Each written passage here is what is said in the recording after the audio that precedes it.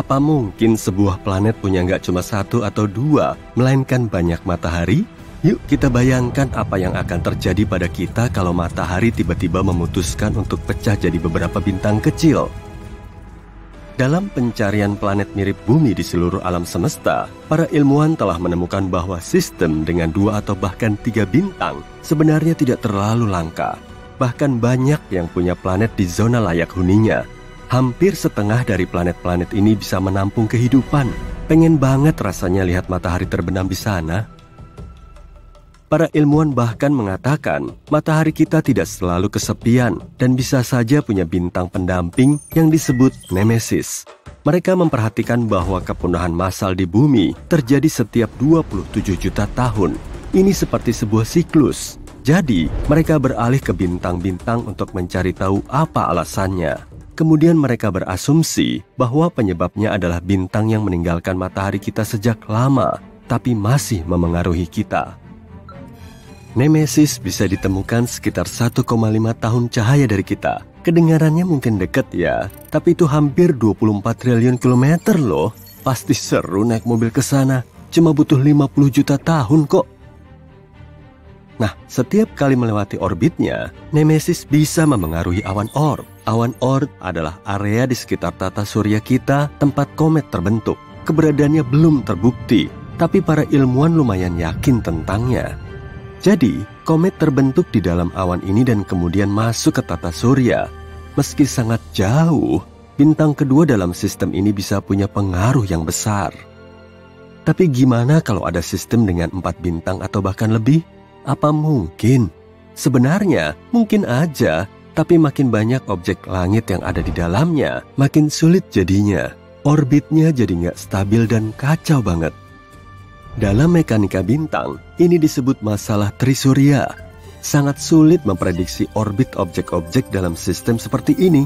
Biasanya, orbitnya sangat acak dan unik. Isaac Newton adalah orang pertama yang menyadarinya. Dia mencoba menerapkan penemuan gravitasinya ke bumi, bulan, dan matahari. Dia pun kesulitan. Tidak mudah untuk memahami bagaimana 3 objek bintang mengorbit begitu stabil di sekitar satu sama lain. Dan itu cuma planet dan satelit.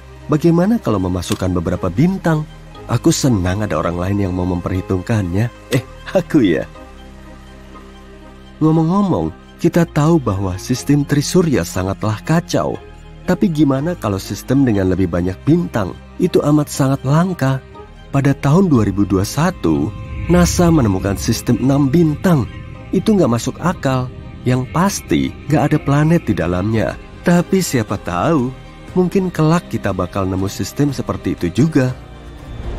Di dunia seperti itu, tarian gravitasinya sangat kompleks. Dibutuhkan kondisi yang sangat spesifik untuk menyatukan semuanya. Itu kayak berjalan di seutas tali di atas jurang. Dengan mengingat semua ini, coba bayangkan apa yang akan terjadi kalau matahari tiba-tiba berubah jadi beberapa bintang kecil. Kita butuh simulasi yang sangat mendetail, atau kita mungkin butuh belasan simulasi untuk bisa membayangkannya. Karena kalau enggak, kita cuma punya beberapa opsi. Opsi pertama, kita membagi matahari menjadi 5-10 matahari kecil. Sekarang, kita sebar semuanya berdekatan. Semua matahari ini akan menghancurkan sistem kita dalam beberapa jam aja. Yup. Semua sistem bintang, termasuk milik kita, bergerak konstan melintasi alam semesta. Jadi, semua bintang akan segera saling bertabrakan. Tabrakan ini akan mengarah pada terbentuknya supernova. Sistem kita bakalan berubah jadi nebula yang indah dan warna-warni. Bagi kita, itu akan terjadi hanya dalam beberapa menit. Kita bahkan nggak sempat merasakan apapun. Dan semua planet di tata surya lama akan segera berubah jadi debu antariksa yang berkilau. Tapi itu bukan pilihan terbaik kan? Kita lihat apa ada opsi lain. Opsi kedua, karena nggak bisa ditaruh saling berdekatan, coba kita atur sejauh mungkin. Kalau ini yang terjadi, semua bintang itu bakalan pergi begitu aja. Dadah! Gaya gravitasi bintang-bintang itu terlalu lemah untuk menyatukan semuanya. Semua matahari itu akan meninggalkan tata surya, terbang ke angkasa luar dengan arah yang acak. Setelah itu, planet-planet lainnya akan keluar dari orbitnya, termasuk planet kita yang malang tentunya. Kita akan menjadi planet pengembara. Awalnya, kita bahkan nggak sadar bumi sudah keluar dari orbitnya. Dan kita nggak sempat melakukan apapun sampai cuaca jadi dingin banget. Sungguh akhir yang menyedihkan dan puitis. Yang pasti, hasil dari kedua opsi tadi kayaknya menyedihkan ya. Oh, oke, kita masih punya opsi terakhir. Masalah utama kita adalah kita membuat tiap bintang kecil ini punya massa yang sama. Tapi lihat saja semua sistem multibintang yang telah kita temukan ini. Kita bisa lihat bahwa tak satu pun kelihatan seperti sekelompok bola bercahaya. Sebaliknya, ada beberapa bintang besar di sana, dan sisanya yang kecil mengorbit di sekitarnya. Jadi, gimana kalau 2 bintang besar dan 2 bintang kecil? Bakalan gimana bumi nantinya? Orbitnya akan menjadi sangat tidak stabil. Kita bakal terguncang-guncang. Pasti nggak nyaman banget. Kita tahu bakalan gimana hasilnya. Karena mungkin ini terdengar gila, ini pernah terjadi satu kali. Yap, sekitar 70.000 tahun lalu, sebuah bintang tunggal mengunjungi tata surya kita. Itu adalah Katai Merah bernama Scholz. Katai Merah adalah bintang yang sangat kecil dan dingin. Tapi, kalau menurutmu 7.700 derajat Celcius itu termasuk dingin sih. Tapi, Katai Merah ini dianggap sebagai jenis bintang terlemah dan terdingin. Jadi, mungkin gak terlihat begitu besar dan terang di langit. Pada saat itu, nenek moyang kita, Homo sapiens, sudah ada menjalani kehidupan mereka. Dan coba bayangkan, mereka melihat ada bintang lain di langit yang mendekati matahari. Penasaran gimana pemandangannya waktu itu? Kemudian, Scholz melewati matahari dan terbang ke suatu tempat yang lebih jauh untuk menjelajahi angkasa luar. Kamu pasti mengira akan ada banyak bencana kan? Kalau beneran terjadi, kamu nggak bakal bisa nonton video ini sekarang. Tapi dari cerita ini, kita bisa lihat apa yang terjadi pada bumi selama peristiwa bintang seperti itu. Pada saat itu, sejumlah besar aktivitas vulkanis terjadi di planet kita. Juga ada hujan meteor yang hampir memusnahkan kita. Nenek moyang kita pasti pernah mengalaminya. Hal serupa akan terjadi di planet hipotesis kita yang punya 4 matahari. Tapi dalam skala yang jauh lebih besar, aktivitas gunung berapi yang konstan, gempa bumi, tsunami. Selain itu, panjang hari akan berubah, sama seperti panjang semua musim dan 1 tahun secara keseluruhan. Semua nggak akan stabil lagi karena perubahan gravitasi yang teratur. Dengan kata lain, kamu nggak akan tahu kapan musim dingin tahunan atau musim panas yang terik akan datang. Dan saat kita tepat berada di tengah-tengah 2 bintang, malam nggak akan ada. Kedua bintang itu akan menerangi kedua bagian planet kita, dan kita harus tidur di bawah sinar matahari yang cerah. Dan kalau menurutmu ini sudah buruk, ingat, kita juga akan diserang oleh lebih banyak sinar ultraviolet dan angin surya karena 4 matahari kita. Warnanya juga akan berubah. Matahari akan jadi katai merah yang warnanya jingga merah mencolok di langit. Kita juga akan melihat lebih banyak gerhana matahari, tapi bukan bulan. Matahari yang akan menutupi matahari lainnya. Mungkin cuma akan sedikit lebih gelap. Jujur, mustahil akan ada yang bertahan di bumi setelah semua ini. Mungkin aja sih, tapi silakan coba 100 simulasi sendiri kalau kamu ingin memastikan. Tapi secara teori, kita bisa bertahan dalam sistem bintang biner sederhana. Misalnya, di salah satu sistem yang terdiri dari 2 bintang. Hanya ada 1 bintang di tata surya kita, matahari, dan semua planet mengorbit bintang ini. Tapi ada juga sistem dengan sebuah planet yang mengorbit 2 matahari. Misalnya, Kepler 16b berupa tempat yang keras dan dingin yang terdiri dari setengah batu, setengah gas. Tapi yang paling keren, kalau kamu mengunjungi planet ini, kamu akan melihat 2 matahari terbenam dan punya 2 bayangan. Astronom sepertinya menemukan hal lebih langka dan lebih aneh lagi. Mungkin ada planet yang mengorbit 3 bintang sekaligus. Sistem bintang JW Orionis jaraknya sekitar 1.300 tahun cahaya dari planet kita. Itu terdiri dari 3 cincin jingga, terbuat dari debu, dan berada di dalam satu sama lain. Di tengah sistem ini, kamu bisa melihat 3 bintang. 2 bintang ini binari, yang artinya 2 bintang ini mengorbit satu sama lain. Bintang ketiga mengelilingi 2 bintang itu, dan ilmuwan menemukan bahwa 3 cincin itu tidak sejajar. Cincin paling dalam berayun lebar dalam orbitnya, dan cincin terluar memiliki kemiringan 38 derajat.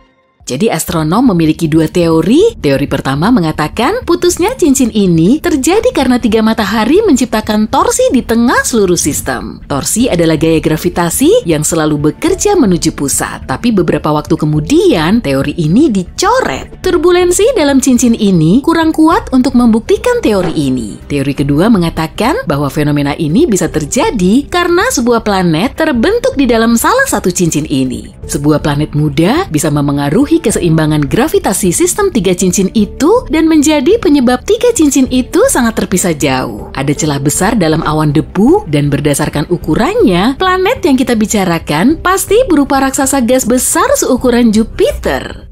Semua benda angkasa terbentuk karena gravitasi menarik materi. Jika ada rotasi sedikit pun di awal, kecepatan putaran meningkat seiring waktu, terutama saat sebuah benda mulai jatuh. Itu sebabnya semua benda angkasa berputar, termasuk partikel debu dan bahkan lubang hitam. Lubang hitam kehilangan massa karena sesuatu yang disebut radiasi Hawking. Horizon peristiwanya menjadi semakin kecil, tapi proses ini sangat amat lambat. Horizon peristiwa lubang hitam adalah point of no return, itu seperti batasan yang mengelilingi lubang hitam. Dan tidak ada apapun termasuk cahaya dan radiasi bisa keluar begitu menyeberangi batasan ini. Rata-rata lubang hitam butuh miliaran kali umur alam semesta untuk menghilang sepenuhnya. Galaksi Bima Sakti kita juga mungkin memiliki lubang hitam supermasif, tapi kita tidak dalam bahaya. Salah satu lubang hitam besar terdekat, V4647 Sagittari, kemungkinan besar berjarak 20.000 tahun cahaya. Mengamati dampak lubang hitam aman dilakukan dari kejauhan. Masalah dimulai saat kamu terlalu dekat karena gaya gravitasinya yang luar biasa besar.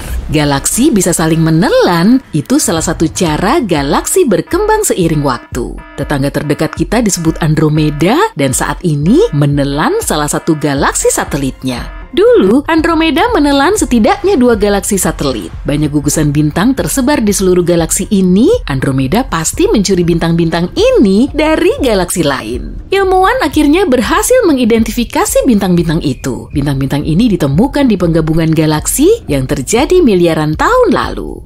10 miliar tahun lalu, galaksi kita juga mengalami tabrakan. Itu sebabnya sekarang halonya tidak seperti halo yang dimiliki galaksi spiral lain. Awalnya, ilmuwan mengira itu beberapa tabrakan kecil, tapi kemudian mereka sadar bahwa sebagian besar benda angkasa di Bima Sakti ini berasal dari satu sumber. Galaksi lain bernama Enceladus lah yang bertabrakan dengan Bima Sakti. Galaksi Bima Sakti dan Andromeda mungkin bertabrakan, tapi itu tak akan terjadi dalam 4,5 miliar tahun ke depan. Neutrino adalah partikel netral listrik yang sangat kuat sampai bisa melewati berkilo-kilometer timah dan tidak akan ada yang menghentikannya. Beberapa melewati tubuhmu saat kamu menonton ini. Neutrino terbentuk di reaksi nuklir di dalam bintang hidup dan di ledakan supernova saat bintang meledak. Partikel-partikel ini hampir tidak memiliki massa dan partikel ini butuh kurang dari 3 detik untuk mencapai permukaan matahari. Lalu, itu bisa mencapai planet kita hanya dalam waktu 8 menit. Ada planet TOI 1231b yang jaraknya sekitar 90 tahun cahaya dari bumi. Planet ini mirip dengan Neptunus dan itu adalah sebuah raksasa gas. Tapi menariknya, planet ini kemungkinan memiliki atmosfer yang kaya. Planet ini lebih dari 3,5 kali ukuran bumi dan sedikit lebih hangat dari kita dahulu, 50 derajat Celcius. Planet ini mengorbit bintang Katai merah yang jauh lebih kecil daripada matahari kita, tapi bintang ini juga jauh lebih tua. 1 tahun di planet ini hanya 24 hari bumi. Meskipun dekat ke bintang induknya, planet ini relatif dingin. Itu karena bintangnya ada di sisi lebih dingin juga. Astronom berpikir mereka melihat awan di atmosfer planet misterius ini dan mungkin itu terbuat dari air.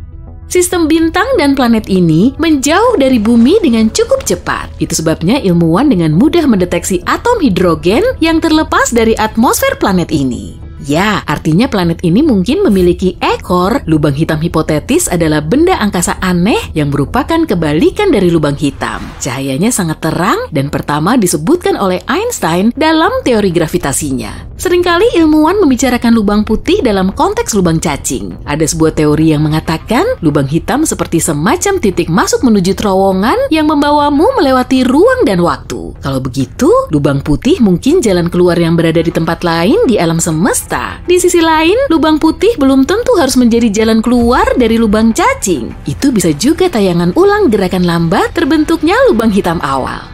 Jadi, pembentukan lubang hitam dimulai dengan bintang besar tua. Setelah jatuh karena beratnya, bintang itu biasanya berubah menjadi lubang hitam. Tapi terkadang, proses kuantum tidak mengubah bintang menjadi lubang hitam. Sebaliknya, itu membuat lubang putih yang mulai memuntahkan materi bintang tadi. Tapi sejauh ini, hanya teori. Beberapa planet seperti Mars dan Venus memiliki cuaca cukup ekstrem dengan badai kencang. Dan sekarang hurikan ruang angkasa yang sama kuatnya mungkin telah datang ke bumi. Itu adalah massa udara yang berputar-putar, lebarnya sekitar 1000 km. Satelit menemukan hurikan itu ratusan kilometer di atas kutub utara di atmosfer atas bumi. Hurikan itu bukan menjatuhkan air, tapi elektron. Peristiwa itu berlangsung hampir 8 jam sebelum akhirnya berhenti dan hurikan itu berputar berlawanan arah jarum jam. Mungkin aja ada samudra yang tersembunyi di bawah permukaan satelit yang mengelilingi Uranus. Ilmuwan juga telah meneliti samudra di bulan Jupiter, Europa, dan bulan Saturnus, Enceladus. Samudra-samudra ini tersembunyi di bawah kerak es satelit-satelit itu. Uranus memiliki 27 satelit, 5 di antaranya sangat besar, itu adalah Umbriel, Titania, Oberon, Miranda, dan Ariel. Pada tahun 1980-an, saat orang-orang mengirim Voyager 2 untuk mengambil foto dari 5 satelit ini, ilmuwan menemukan bahwa satelit-satelit itu memiliki banyak kawah dan mengandung es dan batu. Foto-foto yang didapatkan oleh para astronom juga menunjukkan tanda air dalam bentuk cair. Itu keluar dari kedalaman satelit dan membeku di permukaannya. Salah satu penjelasan paling masuk akal adalah samudra itu ada di bawah permukaan karena satelit bergerak mengelilingi planet, medan magnet planet itu menariknya. Seperti itulah satelit berada di orbitnya, tarikan ini menghasilkan aliran listrik yang berubah menjadi medan magnet. Medan magnet itu disebut induksi dan samudra di bawah permukaan mungkin penyebab medan induksi ini bisa dihasilkan. Saturnus dikenal dengan cincinnya, tapi Neptunus, Uranus, dan Jupiter juga memiliki cincin loh. Di saat yang sama, Saturnus memiliki hal yang sangat spesial yang tidak pernah kita lihat di planet lain. Badai heksagon besar yang bergerak di kutub utara planet ini, masing-masing sisinya hampir sepanjang 12.500 km. Area itu sangat besar sampai muat diisi 4 bumi. Berdasarkan citra termal, pola awan heksagonal ini turun ke atmosfer Saturnus sekitar 100 km. Planet ini sembunyi di balik awan tebal dan sinar matahari tidak bisa menembusnya. Itu sebabnya astronom tidak bisa melihat apa yang sebenarnya terjadi di sana. Tapi ada beberapa teori, Saturnus adalah raksasa gas dan saat memanas, gas di dalam planet menyimpang lebih jauh. Energi besar dilepaskan bersamaan gas itu yang membuatnya naik, mengembang, dan kehilangan kepadatan. Proses yang sama menyebabkan hurikan dan tornado di planet kita. Di Saturnus, gas berputar keluar dari zona bertekanan tinggi yang berada di lapisan luar Saturnus. Dan gas ini memancing badai besar berbentuk unik seperti itu.